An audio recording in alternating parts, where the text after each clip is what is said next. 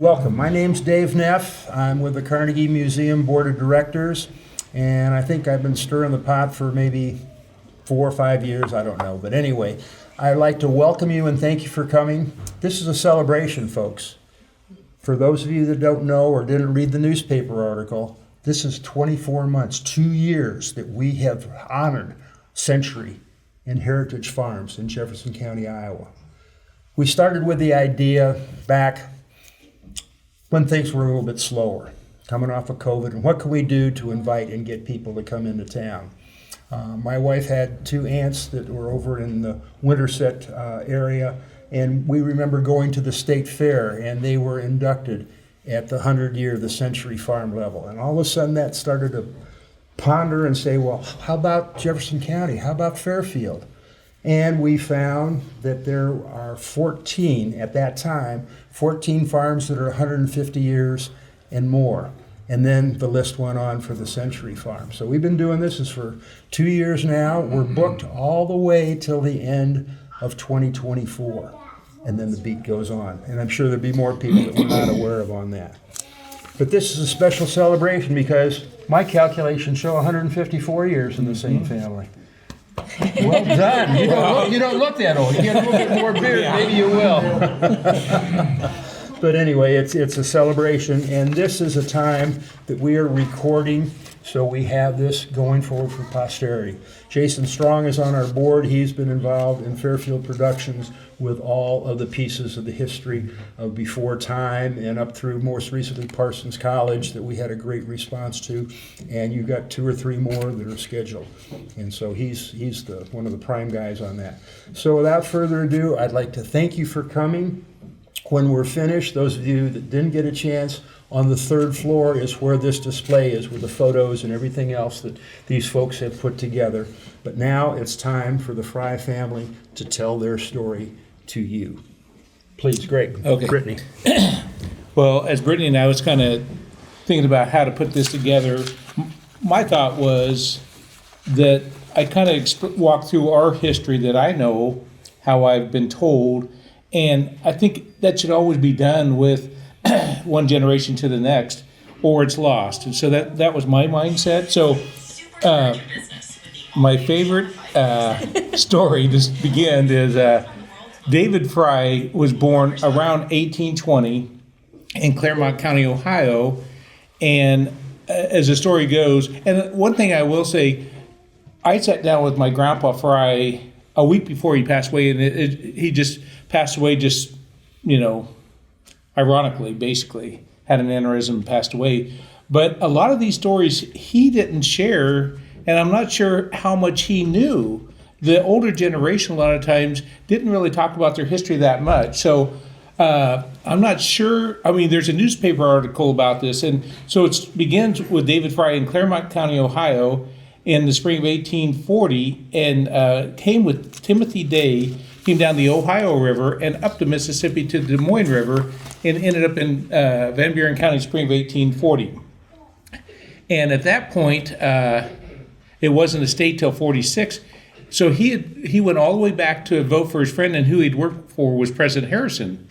And right or wrong, this is the story I was told. As a dumb redneck from Ohio, he wanted to prove everybody wrong, so he gave a long inaugural speech and wouldn't wear a coat, and then went to quite a few balls after the fact of the inauguration balls.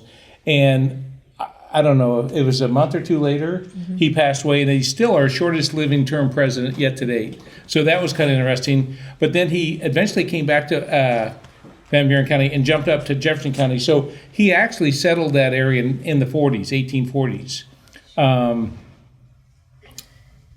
Okay, I'm done. No. So, and he married Harriet Fordyce. Mm-hmm. And one interesting thing would be maybe the Fry School. Well, let's jump back. So there's a Fordyce Cemetery in Van Buren County, and it's west of Stockport and a little bit south, and that's where he's buried. But so this story is going to jump all over the place, but that's how it's going to go. Buckle up. Yeah, buckle up. I took Danielle. Now she's like 34 or 5. And 20. Well, okay, sorry about that, Danielle. You don't look a day past 30. It's been quite a while back, we'll just say it that way. And I was like, I want to find out where David Fry's burial site is. And we went there, couldn't find it. And so many years passed, and Alan Love and I went down there. I'm like, I can't understand why he's not buried in this row. He should be. Well, there was a stub about like that much, and the stone had been broke off. And he started digging in the dirt. He goes, there's something down here. And we raised up his tombstone. It said David Fry with the Book of Life basically on the, yes. And so anyway, that was a little bit of closure of, why we couldn't find that. It had been snapped off for at least 35 years. So then, let's see, where are we at now? And then in 1870, he donated some land for the Fry School. Yeah, thereabouts. So right south of our farm on the Stockport Road, he donated, David Fry donated some land for a schoolhouse. And as I've been told, every 4 miles was a schoolhouse, so a kid wouldn't have to walk more than 2 miles to school. So... And then, then the farm passed from David to... Well, and David and Harriet had 7 kids, 5 boys, two girls, and it would have been interesting. I mean, at this point, Iowa was still, well, not when they started having kids, but, it was basically an Iowa territory, or an Indian territory until 46. So all the things that would have happened, and as you go down the Stockport Road, there wasn't even Stockport yet. It was 1902 is what the internet, or the, The internet. Yeah. And you can always believe that. So jumping forward then, it's interesting that out of 5 boys and 2 girls, his youngest son ended up with that farm, and his name was Seth. And they had 3 kids. Chester was 11 years older than Guy, and then Clara was in there. And Clara actually taught at this Fry schoolhouse. And now I'm getting... And so Seth would have acquired the other, what we call the other place? Well, no, he actually... he bought the home place from David. And it says his sister, but I think it was straight to David on the abstract.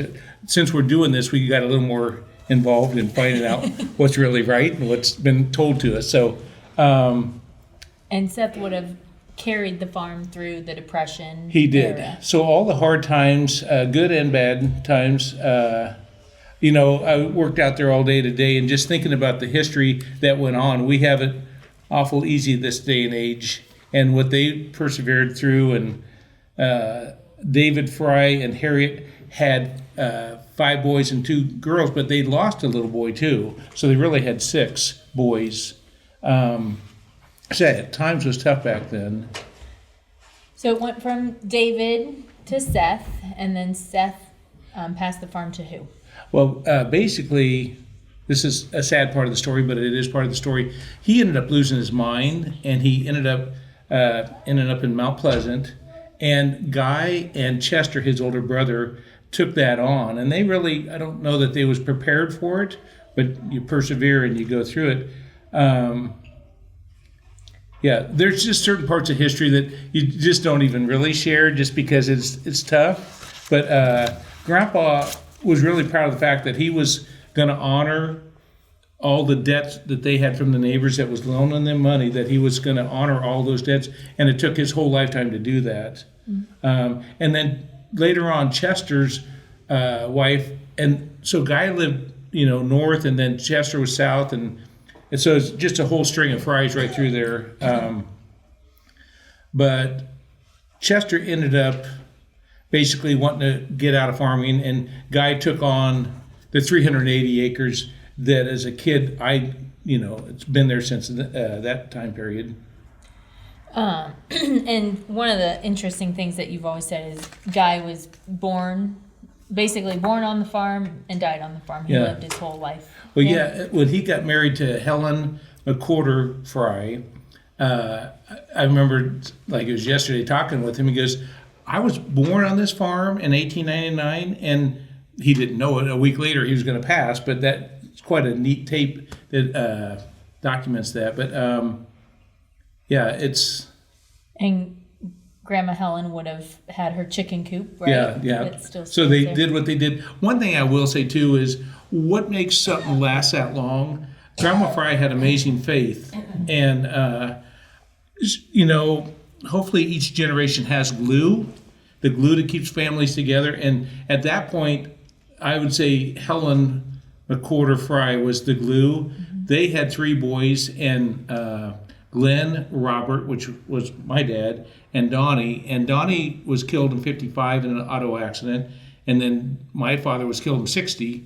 And Grandma always said it was better to have him, love him, and lost him than never had him at all. And that was her badge that she wore, and she lived it. So, but...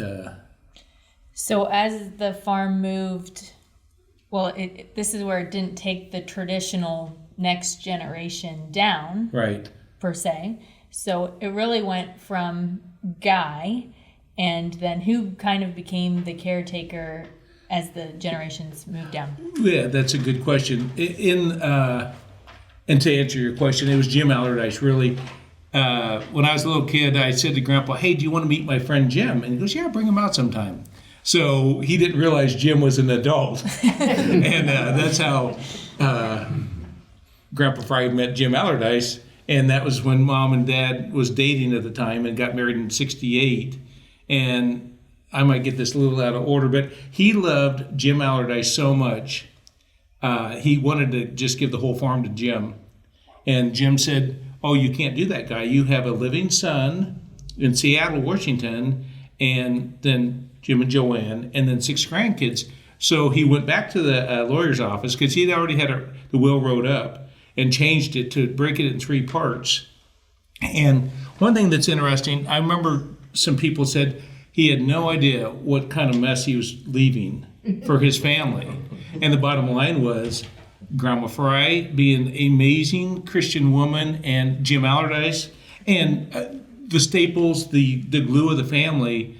It all worked out fine. Mm-hmm. And I think that's I know it's so important to have that faith in the next generations. But we have to do our part of letting them know the history and our hopes, and along the way learning the values that Grandma Fry instilled in all of us. Yeah. To get everybody more confused, let's hop back real quick to the work that Bob Fry did on the farm. Okay, yes. Because he left, in his short lifetime, he left quite the legacy on the farm. Well, when he went into the military, he learned how to run a dozer. And so there's the home place, a 40, and then a 180 over here. And this 180 is down a dirt road that currently the county's changing it into a gravel road. So, but many stories on that. Richard Day, Dick Day, out north of town, he was a partner with Bob. They had formed this partnership. And so one of the jobs they was doing was they ended up redoing this 180, and there was a lot of rattlesnakes. And I think they killed over 33 rattlesnakes, as I remember. But then John Brocken told me a story that he goes, "Oh, wow, I don't know if you've ever heard this story, but Dick Day swore to my dad, I was running my dozer, and I could hear a rattlesnake over the sound of the dozer." Really. And sure enough, there was a snake right down there. Richard got off the dozer and started throwing tools. He got really nervous about this big snake. And so then he ran out of tools. So then he started taking his blade, trying to kill it that way. And he realized, I'm burying my tools. So I'm not sure how it all ended up, but I think he did kill the snake. But yeah, so Bob Fry had done an amazing amount of work on that farm and took it from an old cattle farm and built, between the home place and that farm, 7 different ponds to rotate cattle. So yeah, he'd really, I remember Ed McWhorter saying how he'd never seen somebody put so many hours on a dozer in 1 year. He'd just worked like crazy. So. And one of the classic farm stories would be the airplane drop. Okay, yes. So Harley Peck, I'm sure some of you all know Harley, Well, he worked with or moved to Grandpa and Grandma's house in '53 and '54. And I'd heard this story, and Harley at that time, he was still living, and I said, hey, do you have time to run to the farm? He goes, yeah, what do you want to know? And I said, well, I just got a story I want to have clarification on. And I said, so Bob's dozer broke down, and he needed a part from Cedar Rapids, so he got a hold of Paul Engwall and said, could you fly up there and get this part? And Paul said, yeah, I could, Bob, but how am I going to get it to you? He goes, do a flyover and drop it. And so anyway, Harley was working for the Fries at that time, and I visualized it in the bottom. And Harley's like, oh no, it was right there. That plane came over and dropped the box right there, and it kind of exploded. And all the nuts and bolts, he said they got everything but 2 or 3 nuts and bolts, and good enough that they could get it on the dozer and got it going again. So just fun stories that might get lost otherwise, you know. So no parachute, just No push the box parachute. out. Yeah. Okay. And Harley was very defiant. It was right there where that box landed. Yeah, we joke that nothing that they make in today's world would survive an airplane drop. Yeah, very good. So then hopping forward, then it kind of moves. It stays with Joanne, but Well, now yeah, Jim is kind of the caretaker of the farm. Well, and so Bob and Joanne got married in 50. No, Bob and Bob. yeah. Wow. So let's say 53 or 4 thereabouts. Yeah. Who's gonna, you know? So Maybe anyway, a lightning bolt, be careful. yeah, I'll get closer. So they had. Well, I know, but how do I want to tell the story? They really wanted a son, really bad. And so Becky came along, and then Connie came along, and Mom was just always like, she wanted a son for Bob. Because anyway, so Diane came along, and then finally I came along, and Mom's like, they could hear me on the 3rd floor, supposedly at the hospital, that they finally had a boy. Little did they know what they was getting their heads. Yeah, that's what I was just gonna say. Then they wish differently. Yeah, I'm sure they did. And so then Dad tragically was killed north of town about 3 miles, and didn't really know it at the time, but Joanne was pregnant and then had Bobette, named after our dad, Bob.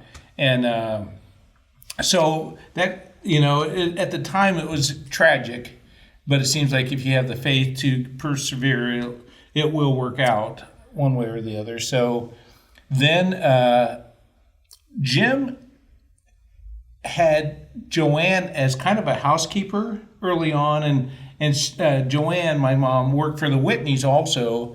And so Jim and Joanne had a connection, but it ended up that in '67, we'll say, they ended up going out for coffee one day, and Mom swore she'd never get married again, but she did, and she couldn't have married a better man. Jim was just amazing, and so...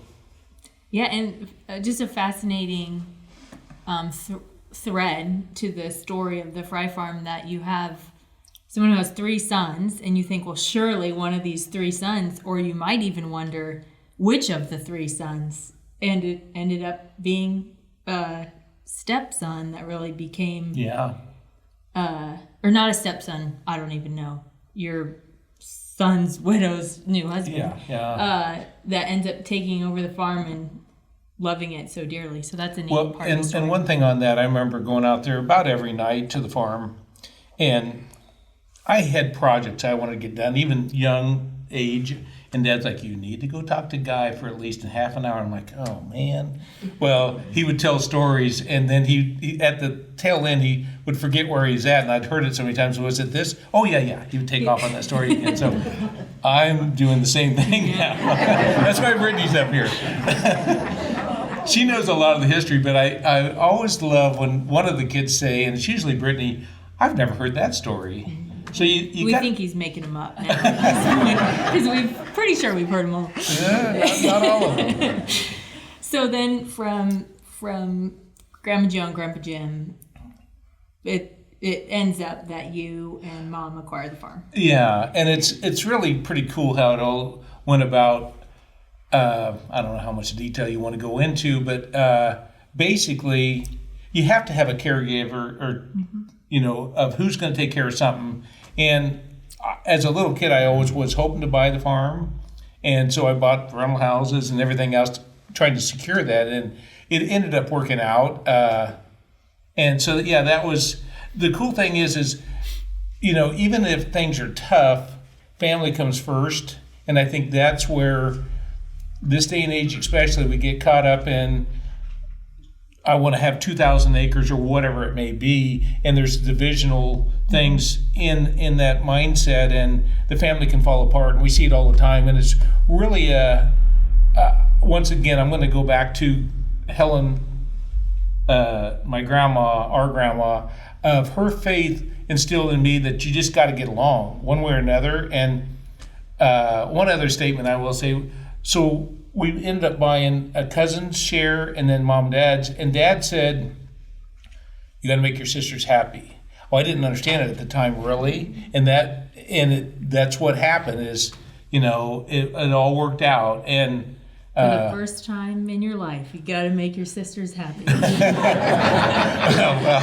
I never looked at it that way. No, and I will say that the four sisters I have are all really good spiritual, believers, and that it was a huge part of the equation on making it all work. And one thing that makes me happy is when my sisters bring their kids and grandkids out and they know some of the Fry history. It's we're stewards of it right now, but they're still part of the Fry farm, and we want to keep it that way through the next generations. And if you don't cultivate it, then it won't happen. And that comes from Helen, well, many people, but Helen and Jim Allardyce are key ingredients of seeing a bigger picture than just yourself, so. That's good. Where are we at? Do you have any more to add to that? Can you guys think of anything else, Bobette and Diane? No? Dave, you got any questions? Or? If you have gone through your list of things, Yep. I would like to spend maybe 5 minutes asking a few Sure. questions on there. So, when you look back, did you have family reunions? Did you have summer get-togethers, 4th of July, Memorial Day, that you would host and you would have other folks, family members that would come to the farm for parties? Not so much at the farm, but the Peck side, my mom's side, Harley Peck always had family get-togethers, and it was pretty chaotic because there was at least 51 first cousins on that side, probably more than that, but we'll say 51. But as far as the Frys, really there was 3 sons. And all the other Frys, to my knowledge, had moved on, or that lineage was lost. So we really didn't do that many things at the farm as far as a family get-together. But on that, when I got out of college, and I said to Grandpa, could I take this old corn crib and turn it into a construction shop because I need one? He goes, yeah, if you want to spend the money and do it, that's fine. And so I did. And so then it went from a construction shop that never really was to a deer shop, and it still is the deer shop where we've had countless get-togethers. There's a walk-in cooler in there, and it's just fun. Roy Eubanks, Gene Book, a lot of guys had used it. Brittany has used it for her park, taking kids fishing, and guys helping out on that. It's been a neat thing to draw everybody back to. So, And a generation before that, I remember we would always go out and do sweet corn out at the deer shop too. That was probably the only party. Okay. It was a working party that I remember having out there as a kid. That's great. That's great. Did you have any buildings such as barn raisings or constructions or other things that you can recall during your lifetime that you helped with, or you were a small child and you got to play around and watch them when they were building something? Not really so much that, but our kids can remember adding on to the deer shop to the back, to the west, and then we did a bunkhouse. And so we lived on the Glasgow Road and sold that house, and my wife and I have moved into this deer shop for the last 2.5 years, and it's been nothing but great. What a nice smile she has. Yeah, she's hanging in there. We told the old machine. getting tendering. Oh yeah. Okay. So yeah, to answer part of that question, we had an old machine shed, and Dylan, I want to throw you under the bus a little bit here. It was way out of plumb, and it was just really looking rough. And we was talking, and I was like, "What should I do?" Because when you have a farm like that, you really got to think, is it worth fixing that up or not? And it's just like I couldn't let it go. And so this almost what happened in the 40s.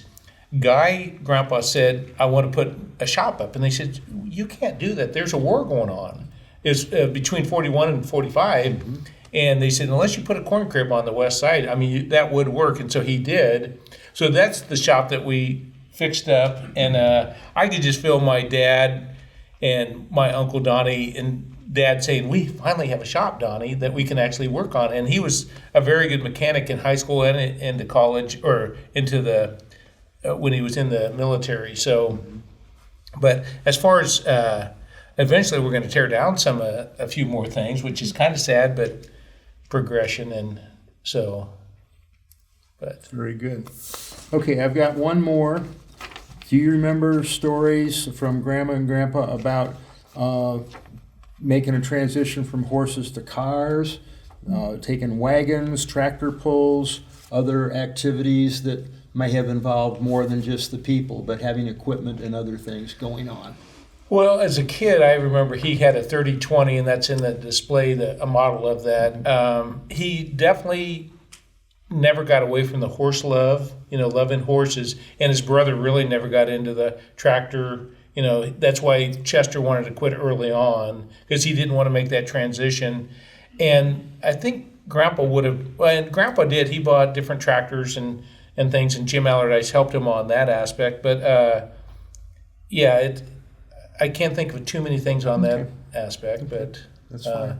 Well, just some people they would have pulls and they would do other stuff, and I didn't want to miss that. And Yeah. if that was part of your Well, heritage. one thing that on tractor pulls, as a kid, I remember going to Stockport, and you sat on your seats, and you had to jump on the sled going by, and if you was going to do it, you had to stay in that seat the whole night. But as far as tractor pulls, I remember that's about all I remember on that. So Okay. I remember going down to Cantrell to get seeds with Grandma and Grandpa, and Malachi was a baby. And we were driving down, and there was a big tractor with I don't know how many row planter.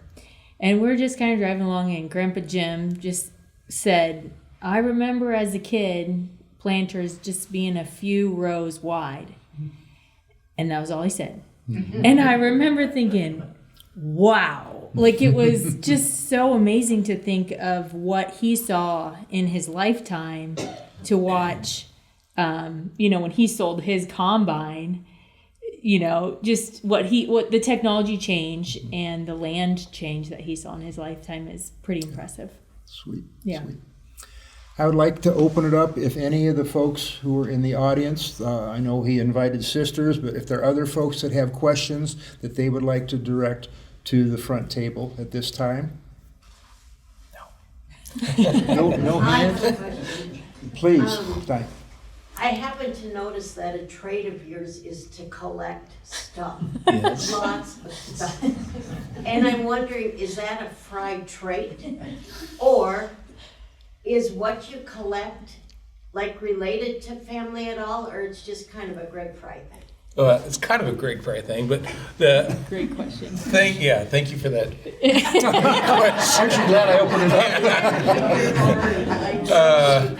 One thing I like to do in this deer shop, and it's sizable, I mean, it's not huge, but collecting neon lights, we'll say it that way, but a lot of interesting artifacts of, do you know what this was used for? And it gets, especially young people, kind of engaged on how does that work. So when especially a young person goes through the deer shop and looks at all the different stuff, I'm thrilled when they ask questions, because it's like, I'm glad you asked that, But we have rings with a handle on it, and I remember Keith Weber saying, do you know what this is used for? And I said, I have no idea. Well, when you did a wagon wheel, and it was a 54-inch wagon wheel, you had to run this wheel around, and it did increments of how long that steel should be, and then they would take that steel and forge it together, put it in a ring of fire, and then they put it on that the wagon wheel, and it quench it back down, and that's what. So just stuff like that, I think is fascinating.